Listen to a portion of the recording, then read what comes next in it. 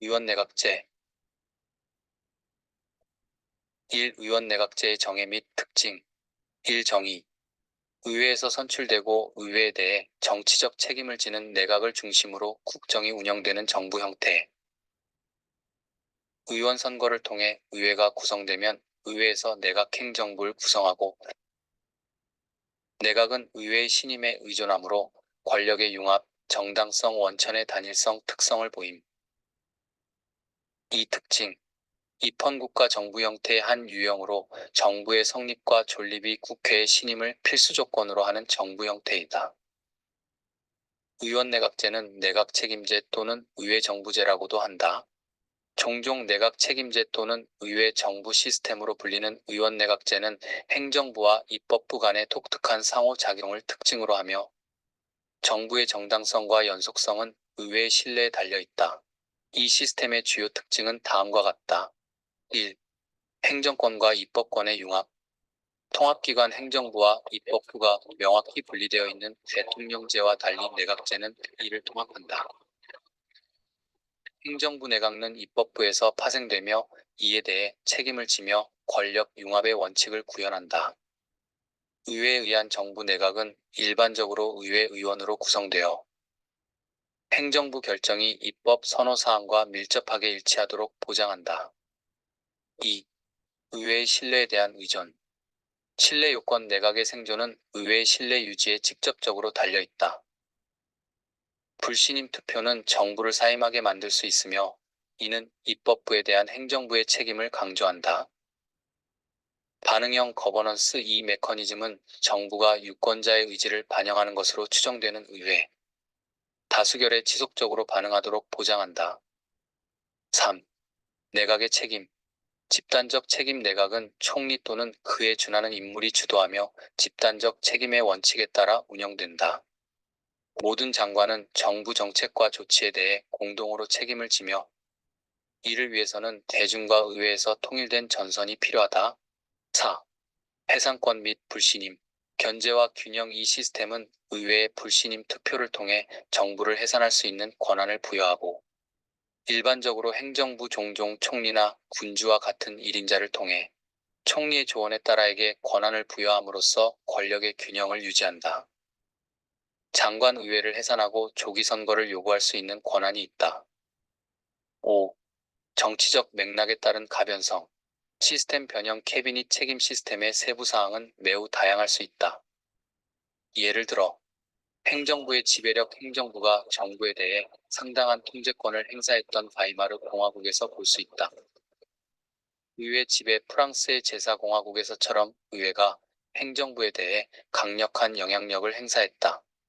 균형 시스템 영국과 같이 행정부와 입법부 사이에 보다 균형 잡힌 관계가 있다.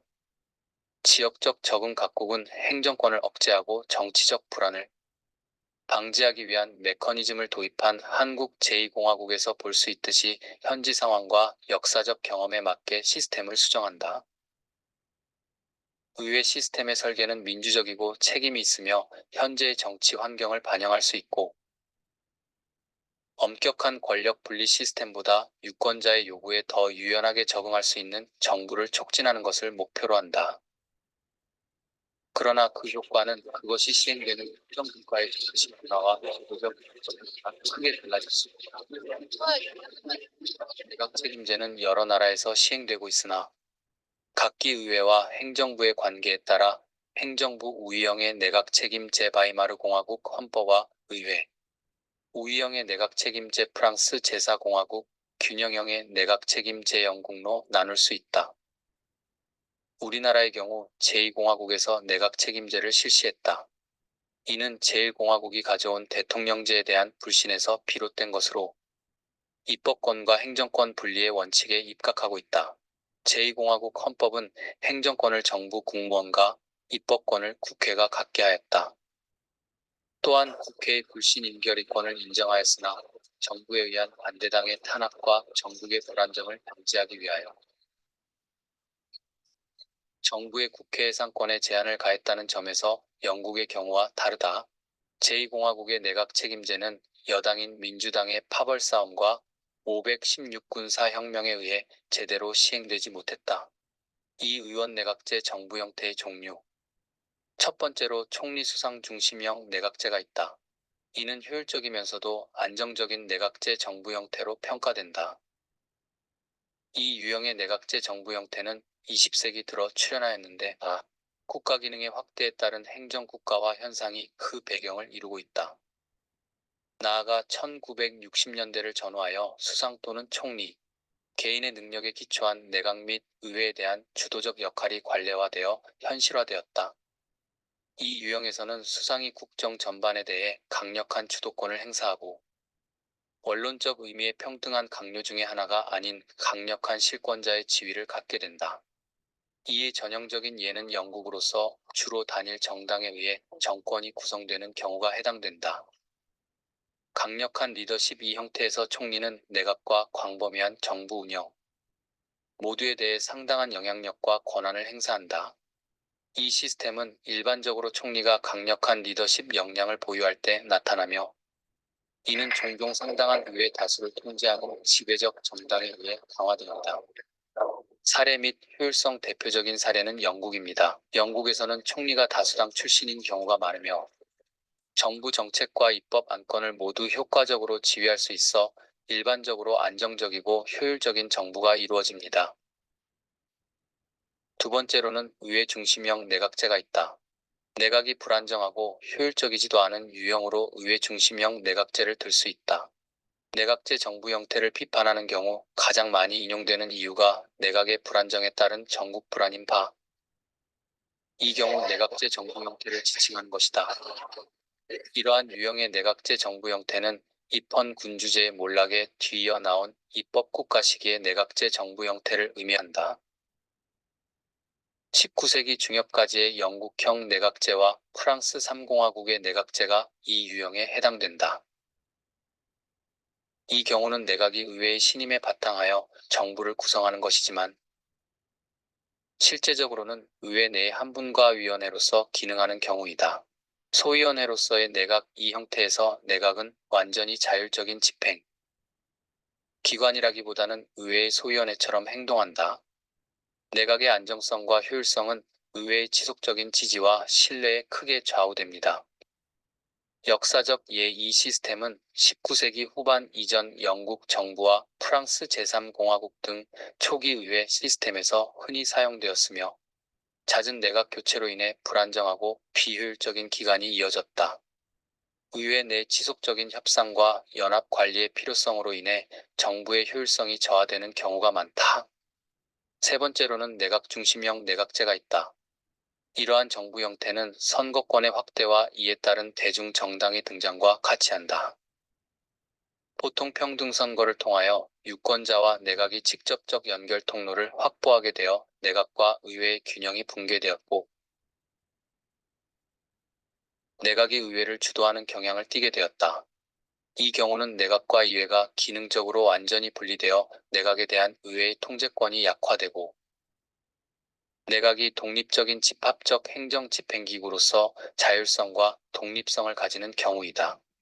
내각 지배. 이 유형은 특히 투표권 및 대규모 정당의 등장과 같은 민주적 절차의 확장이 내각에 상당한 권한을 부여하는 맥락에서 발생한다. 이 체제에서 내각은 단순히 입법 과정을 실행하기보다는 입법 과정을 주도하는 경향이 있다. 자율성과 통제. 내각과 의회 간의 기능 분리가 더욱 뚜렷해졌으며, 내각은 의회 감독으로부터 상당한 자율성과 독립성을 누리고 있다. 이는 의회의 간섭이나 세부적인 통제를 최소화하면서 내각이 국가 정책을 지휘하는 역동적인 상황으로 이어질 수 있다. 3. 의원 내각제의 장점. 의회 내각 시스템은 정부 운영의 유연성과 대응성을 향상시키는 몇 가지 뚜렷한 이점을 제공한다.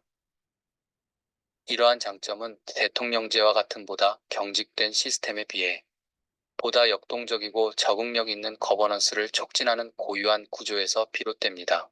다음은 세 가지 주요 이점입니다. 1. 정치적 유연성과 대응성. 적응성. 의회 시스템은 정치 과정에 상당한 유연성을 허용한다.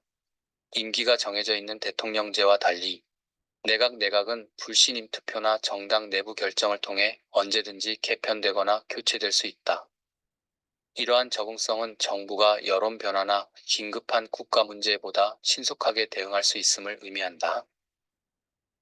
현재 선호도 반영 정치적 위기를 촉발하지 않고 리더십 또는 정부 구성의 변화가 발생할 수 있으므로 현재 및 진화하는 유권자 선호도가 정부 정책 및 리더십에 보다 즉각적으로 반영될 수 있다. 2. 다양한 이해관계의 포용. 다양한 이해관계의 대표 입법부를 해산하고 새로운 선거를 요구할 수 있는 능력은 광범위한 사회적, 경제적, 정치적 이해관계가 정부에서 대표될 수 있도록 보장한다. 이 기능은 소외된 집단이나 소수 집단의 견해를 국가 입법 과정에 통합하는 데 특히 유용한다. 갱신 및 타당성 선거 후에는 최신 선거 명령을 보다 정확하게 반영하여 행정부가 현재의 정치, 환경 및 대중의 기대에 긴밀하게 부합하도록 보장하는 새로운 정부가 구성될 수 있다. 정치적 리더십 개발. 이중 역할 많은 의회 시스템에서는 국회의원이 장관 역할도 겸하는 것이 일반적입니다. 이러한 이중 역할은 입법 및 행정 경험을 모두 습득하여 숙련된 정치 지도자를 양성하는 데 도움이 됩니다. 집단적 의사결정. 내각의 집단적 의사결정 과정은 단일 개인에게 권력이 집중되는 것을 방지하여 거버넌스에 대한 보다 균형 있고 덜 독재적인 접근 방식을 촉진하는 데 도움이 됩니다. 성장의 기회. 장관직을 맡은 국회의원은 귀중한 행정 경험을 쌓고 정부 운영에 대한 역량과 이해를 높여 전반적인 정치적 성장에 기여한다. 전반적으로 의회 내각 시스템의 구조는 구성원 간의 리더십, 기술을 육성하는 동시에 변화하는 정치적 환경과 대중의 요구에 효과적으로 대응할 수 있는 역동적이고 적응력이 뛰어난 거버넌스 모델을 지원한다. 이 시스템은 복잡한 국가 문제를 해결할 수 있는 보다 참여적이고 경험이 풍부한 정치 지도자들을 장려한다. 사의원 내각제의 단점. 1. 정치적 불안정. 연립정부의회 제도, 특히 비례대표제를 사용하는 제도에서는 일당 다수당이 드물고 종종 연합정부로 이어집니다. 연합을 형성하려면 우선순위와 의제가 서로 다를 수 있는 여러 당사자 간의 조정이 필요하므로 거버넌스가 복잡해질 수 있다. 빈번한 정부 교체. 프랑스 제3, 4공화국의 역사는 의회 불안정으로 인해 정부가 얼마나 자주 교체되면 일관성 있는 리더십과 정책 방향이 부족하여 정부 효율성이 저하될 수 있는지를 보여줍니다. 2. 행정 공백의 위험. 안정적인 공무원 서비스에 대한 의존성 견고하고 확고한 직업 공무원이 없으면 정부가 자주 바뀌면 행정 중단이 발생할 수 있다. 이는 각각의 새로운 정부가 효율적인 행정 체계 없이 신속하게 정책을 시행하려고 시도하여 거버넌스의 잠재적인 격차가 발생할 수 있기 때문에 발생한다. 형성 과제. 분열된 정치 환경에서 정부가 구성되면 결과적으로 내각이 유권자의 의지를 제대로 반영하지 못할 수 있다. 이는 많은 소규모 정당이 안정적인 다수를 형성하는 것을 어렵게 만들어 대중이 정부를 불법적이거나 약한 것으로 간주하는 시스템에서 발생할 수 있다. 3. 행정의 정치 예속. 정책 불일치. 국가 정책이 장기적인 전략적 필요보다는 단기적인 정치적 이익에 과도하게 반응할 위험이 있다. 이는 서로 다른 정부가 현재의 정치적 목표에 맞게 전임자가 설정한 정책을 뒤집거나 변경할 수 있기 때문에 정책 결정의 불일치로 이어질 수 있다. 정책보다 포퓰리즘. 의회 시스템의 정부는 건전하고 장기적인 정책보다 유권자나 특정 계층의 관심을 끌 수 있는 대중적 조치를 우선시할 수 있다. 이는 정부 결정의 효율성과 합리성을 약화시켜 국가 거버넌스에서 최적이 아닌 결과를 초래할 수 있다. 이러한 단점은 의회 시스템이 직면한 몇 가지 과제를 강조한다. 행정부와 입법권의 융합은 이론적으로는 더 큰 일관성을 허용하지만 실제로는 심각한 거버넌스 어려움을 초래할 수도 있다. 이러한 시스템에는 불안정성과 비효율성의 위험을 완화하기 위해 강력한 정당과 기관이 필요한다. 오각 나라별 사례 연구. 내각 책임제의 고전적 원형은 영국에서 발견할 수 있다. 영국의 존 왕이 대헌장을 발표하고 대평의회를 소집한 이후 삼부회의 등을 거쳐 16세기에 상원과 하원의 양원제 의회로 발전하였다. 1688년 명예혁명은 국왕과 의회의 권력 관계를 역전시켜 의회 주권을 확립했다. 그러나 의회 주권은 입법권에 제한된 것이었고 행정은 의회의 통제를 받으며 행정권을 행사하는 별도의 기관에서 맡았다. 즉 튜더 왕조부터 존재한 자문기관인 추밀원에서 그 역할을 맡고 있었다. 그러나 찰스 2세에 이르자 추밀원의 구성원이 50명을 넘어 업무를 효율적으로 처리하기 곤란한 지경에 이르렀다. 이에 17세기 말엽 자문관 중 핵심을 따로 모아 국무를 담당하게 되었고 이것이 내각으로 불리게 되었다. 초기의 내각은 의원 중에서 선출하는 것이 아니라 왕의 명령으로 구성되어 군주에 대해서만 개별적으로 책임졌다. 1714년 독일의 하노버 왕가의 조지 1세가 영국 왕위에 올랐으나 영국 정치를 등한시하고 영어를 읽지 못하여 내정과 내각회의에 무관심해지자 국왕을 대신하여 월폴이 내각회의를 주재하기 시작했다. 이때 수상이 출연하게 되어 왕은 존재하나 통치하지 않는다는 입헌 군주제의 원칙이 확립되었다. 이 원칙에 따라 왕은 책임이 없어졌으며 왕을 대신하여 내각이 실제적으로 집권하고 의회의 책임을 지게 되었다. 1782년에는 노드경의 내각이 하원의 불신임 결의에 의하여 총사퇴하게 되었고 1783년 소피트 윌리엄 핏 더 영거 내각이 하원의 불신임 결의에 대항하여 하원의 해산을 단행 1784년 총선거를 치르게 되었다. 이런 과정을 통해 영국에서 내각 책임제가 확립되었다. 월폴은 또한 강요에 파면 권을 행사함으로써 내각이 동질적이어야 한다는 그리고 내각이 연대 책임을 져야 한다는 원칙을 정립하였다.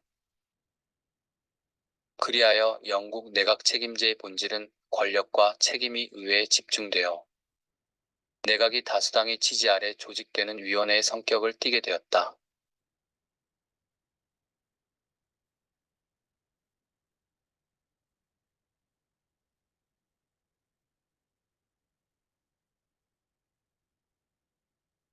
(1조 2천억 원). 영국 왕실의 부배라고 하는데요. 영국의 새 총리 리시 수낙 총리에 대해서 이야기해보죠.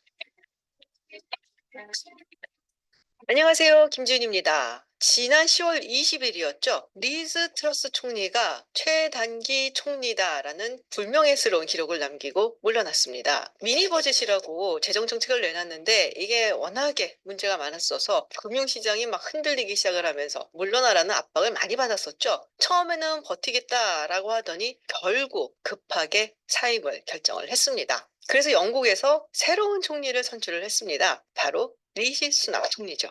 이번에 총리가 된 리시 수낙, 먼저 존슨 내각에서 재무부 장관을 지냈었던 인물입니다. 1980년생으로 42살, 정말 젊은 나이고요. 인도계 이민 2세입니다. 이민 2세다 하면은 뭔가 좀 이렇게 부모님 세대 고생도 많이 하시고 또 자수성가하고 뭐 이런 이미지인데요. 사실 수낙 총리 부모님은 꽤 부유한 편이었어요. 어머니도 체인 약국점 운영하는 약사이고 그리고 아버지도 의사였죠. 그래서 나름 괜찮은 중산층 이상의 삶을 살고 있었던 인물입니다. 이 수낙 총리가 또 돋보이는 부분이 진짜 공부를 잘했다는 거예요. 윈체스터 칼리지를 다녔는데 우리가 잘 아는 이튼이나 해로우처럼 영국에서 가장 오래되고 또 들어가기도 너무너무 까다롭고 가장 좋은 사립학교 중에 하나입니다. 그리고 이 학교의 모토가 뭐냐? 바로 Manners make it man.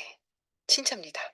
이 학교를 졸업하고 옥스퍼드 대학에 진학을 했고요. 나중에 스탠포드 MBA를 가게 되죠. 이쯤 되면 정말 글로벌 엄친하다라고 이야기할 수가 있습니다. 스탠포드 대학교에서 유학을 하던 당시에 만난 여성이 있는데요. 그게 바로 현재의 와이프입니다. 인도에서는 뭐 최고 재벌 중에 하나인 인포시스의 창업자의 딸이에요. 그래서 이 가족이 영국에서 가장 부자인 사람들 중에 꼽힌다라는 이야기가 있습니다. 사실 지난 9월에 있었던 보수당 대표 선거에서도 마지막까지 남아서 리즈 트러스 총리와 함께 경쟁을 했었던 인물이죠. 그때는 고배를 마셨는데 45일 만에 총리가 됐습니다. 엘리트 조직이라든지 또 의원들한테는 상당한 인기가 있는 편인데 사실 이쯤 되면 너무 다른 세상에 사는 사람 같잖아요. 빠지는 게 하나라도 있어야지 일반 대중들하고 좀 이렇게 공감대가 이루어질 수가 있는데 그렇지 않다 보니까 약간 서민들이라든지 대중들한테는 좀 거리가 있는 사람으로 느껴졌나 봅니다. 그래서 이런 부분을 만회를 하기 위해서 약간 서민 코스프레 혹은 서민 행보를 보이기도 했는데요. 잘 안 됐죠. 예를 들면 내가 딸하고 이 맥도날드에 가서 정말 잘 먹는 게 있어요. 거기만 가면 브렉퍼스트 랩을 먹습니다. 참고로 그 메뉴는 2년 반 전에 단종이 됐다고 하죠. 트러스 전 총리가 사임을 하자마자 카리브해에서 유유자적 휴가를 즐기던 한 인물이 머리카락을 휘날리며 런던으로 급 귀국을 합니다. 보리스 존슨 전 총리였죠.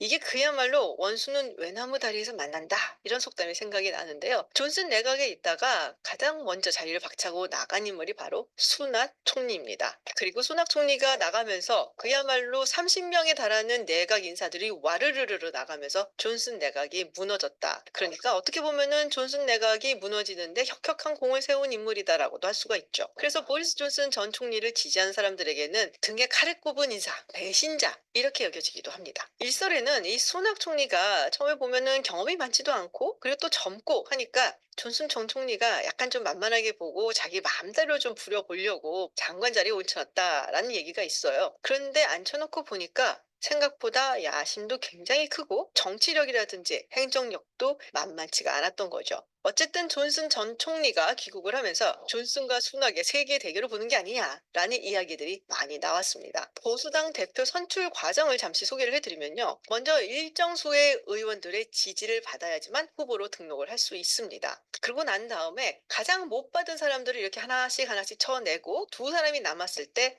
약 17만 명에 달하는 보수당 당원들의 투표로 결정이 되죠. 만약에 일정 수준의 보수당 의원들의 지지를 받은 사람이 한 명밖에 없다. 그러면 단독 후보로 입후보를 해서 그 사람이 자연스럽게 총리가 되는 겁니다. 지난 9월에 있었던 선거에서는 보수당 의원 30명의 지지를 받았어야 됐어요. 그래서 꽤 많은 의원들이 후보로 나섰었죠. 그리고 거기서 계속 1위를 차지했던 게 수낙 총리였고 다만 마지막에 보수당 당원들의 투표에서 트러스 총리가 크게 이기면서 트러스가 총리가 됐던 것이죠.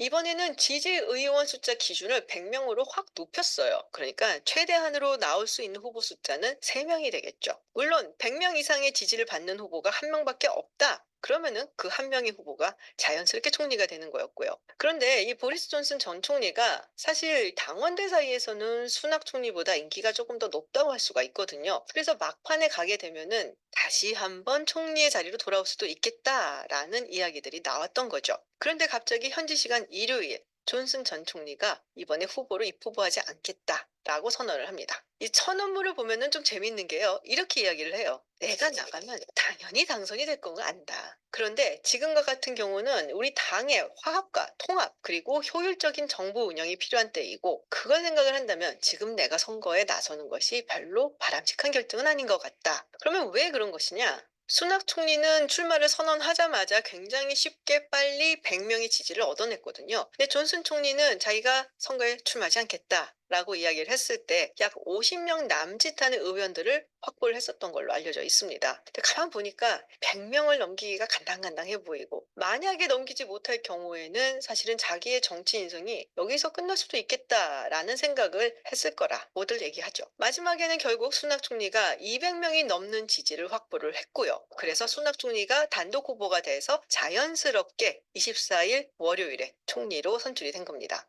일단 재무부 장관도 지냈었고 투자은행에서 상당히 이름을 날렸던 걸로 알려져 있거든요. 수치라든지 통계라든지 그 지표 이런 것에 굉장히 강하다라는 평가를 받고 있고요. 이렇게 경제적으로 어려운 시기에 영국에게 꼭 필요한 총리가 아니겠느냐라는 평가를 받았던 걸로 알려져 있습니다. 그런데 워낙에 시기가 엄중하다 보니까 아무리 잘난 수낙도 이걸 쉽게 헤쳐나가기는 힘들 것이다 라고들 전망하고들 있죠. 말이 나온 김에 오늘 영국 의회에 대해서도 조금 이야기를 해볼까 해요. 사실 이 영국의 의회는 근대 의회 제도의 출발점이다라고 이야기를 하고, 그래서 영국 사람들이 정말로 자랑스럽게 여기고 자부심을 갖는 기관이죠. 우리가 보통은 의원 내각제를 parliamentary system이라고 이야기를 하는데, 종종 이거를 두고 웨스트민스터 시스템이라고도 이야기를 합니다. 영국 의회가 있는 의사당 웨스트민스터를 따서 그렇게 부르는 것이죠. 우리처럼 대통령제를 택하는 국가는 대통령, 의회, 그리고 사법부 이렇게 셋이서 견제와 균형의 정치를 한다고 하죠. 그리고 대통령은 행정부의 수반인 동시에 국가 원수이기도 합니다.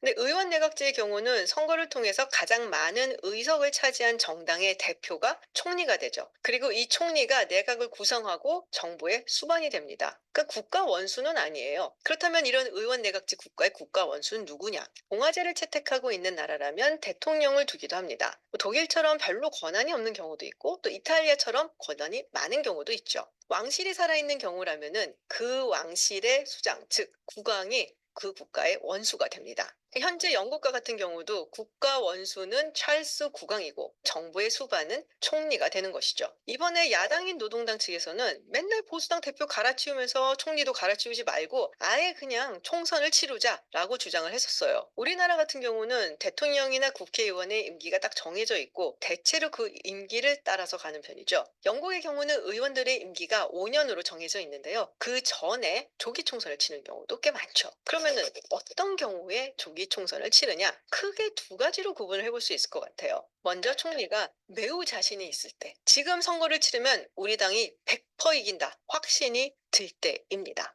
지금 임기가 3년이 지났는데 여론조사를 보니까 지금 집권당과 총리의 인기가 막 하늘을 찌르고 있어요. 그러면 지금 총선 치른다라고 이야기를 하는 것이죠. 그러니까 3년이 지난 이 시점에서 다시 총선을 치러서 과반 의석을 차지하면 5년이 더해지게 되고, 그렇게 되면 총 8년 동안 집권당이 되는 겁니다. 그러니까는 물 들어올 때 노를 젓는다라고 이해하시면 될 것 같아요.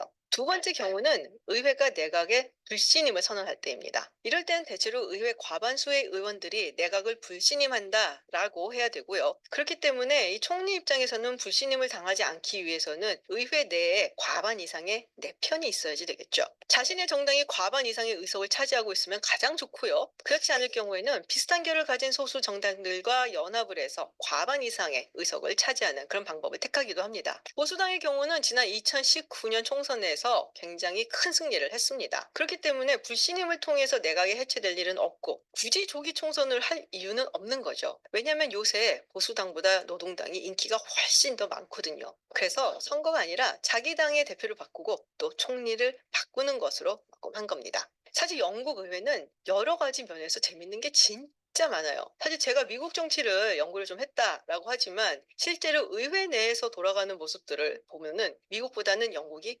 훨씬 재밌습니다. 먼저 영국 의회에 하원 의원 챔버를 들어가면요. 이 하원 의장을 기준으로 했을 때 오른쪽에 집권당이 앉고요. 그리고 왼쪽에 야당이 앉습니다. 의원들이 앉는 이 긴 의자를 벤치라고 하는데요. 가장 앞에 열을 프론트 벤치라고 얘기를 하고 그 뒤에를 백 벤치라고 이야기를 합니다. 보통 우리가 자주 보는 장면은 총리가 와서 질의응답을 한 장면인데요. 이 프론트 벤치에는 중간에 총리가 앉고 그 옆에 내각 인사들이 앉습니다. 그리고 백벤치에는 평의원들이 앉죠. 건너편에 야당 의원들이 앉는 자리에는 이 프론트 벤치에 야당의 대표가 앉습니다. 그리고 그 주변에는 섀도우 캐비넷이라고 하죠. 그림자 내각 인사들이 앉고요. 마찬가지로 백벤치에는 평의원들이 앉습니다. 원래 이 웨스트민스터 궁은 11세기에 정보광 윌리엄의 성이 있었던 자리라고 하죠. 근데 워낙에 오래된 곳이고 또 이게 전통이 있는 곳이다 보니까 되게 낡았고 또 좁아요. 그래서 하원 챔버 같은 경우는 앉을 수 있는 자리는 427석밖에 안 된다고 합니다. 그러면 200명이 넘는 의원들은 어떻게 하라고요? 이런 경우는 서 있어야 됩니다. 워낙 이 챔버가 좁다 보니까 물건도 함부로 가져갈 수가 없어요. 큰 가방도 가지고 들어갈 수가 없고 노트북도 금지가 되어 있습니다. 그래서 여러분들 영상을 한번 찾아보시면은 챔버 안에 있는 의원들이 정말로 공책을 놓고 혹은 서류철을 놓고 연필이나 펜으로 막 쓰고 있는 장면을 보실 수가 있어요. 그래서 좋은 자리를 차지하려고 자리를 찜해놓는 경우도 있다고 하는데요. 영국 하원은 시작하기 전에 아침에 이 기도 시간이 있다고 해요. 그래서 이 기도할 때 쓰는 프레이어 카드를 아침 8시에 챔버가 문이 열리면 딱 가갖고 자기가 찜하고 싶은 자리에 딱 놓고 온다라는 얘기가 있습니다. 또 매주 수요일 12시에는 30분 동안 Prime Minister's Questions라는 시간이 있습니다. 그야말로 총리가 직접 와서 의원들의 질문에 대답을 하는 시간이에요. 당연히 모든 응답은 총리가 직접 해야 되고요. 굉장한 난타전이 벌어지죠. 근데 이게 참 보다 보면 재밌는 게요. 그야말로 언어의 향연이거든요. 이게 정말 영국이 그래서 셰익스피어의 나라구나 라는 생각이 들 정도로 정말 고급스러운 단어를 쓰고 고급스러운 유머를 쓰면서 상대 정당을 비판을 합니다. 여러 가지 룰이 굉장히 많은데요. 상대 정당에 속해 있는 의원들을 지칭을 할 때에는 The Honorable Member for Glasgow라든지 Honorable Gentleman for Hampshire 이런 식으로 부르는 겁니다. 그리고 자기 정당의 의원들을 지칭을 할 때는 My Honorable Friend 라고 보통 이야기를 합니다. 당연히 프라임 미니스터라고 불러야 되고요. 또 미스터 스피커라고도 불러야 되고 그런데 부르기는 그렇게 부르는데 말 속에는 뼈가 있고 칼이 있죠. 영국 의회 난상톤을 보면 lie, 그러니까 거짓말이라는 말을 쓰는 경우가 거의 없어요. 그 대신 뭐라고 얘기를 하느냐? You're being economical with the truth. 당신은 참 진실에 대해서 인색하군요. 라고 표현을 하는 거죠. 그래서 얼마나 고급스럽게 그리고 얼마나 유머러스하게 이런 비판들을 이야기를 하고 표현을 하는가가 또 그 사람의 정치력을 가늠하는 기준이라고도 이야기를 하네요. 의외라고 한다면은 좀 엄근진할 것 같지만 영국 의회의 토론을 보시면요. 야, 정말 내가 시장 바닥에 있는 것인지 퍼브에 있는 것인지 축구 경기를 보고 있는 것인지 분간이 안 될 정도로 정말 시끌시끌합니다. 그렇지만 그 안에서 나오는 토론 문화라든지 또 굉장히 유려한 표현들을 보시면은 정말 재밌다라는 것을 느끼실 수가 있어요. 최초의 소수민족 출신, 이민 2세, 그리고 정말로 똑똑하다고 소문이 난 이 수낙 총리의 PMQ는 어떨지 저와 함께 기대를 갖고 지켜보시죠.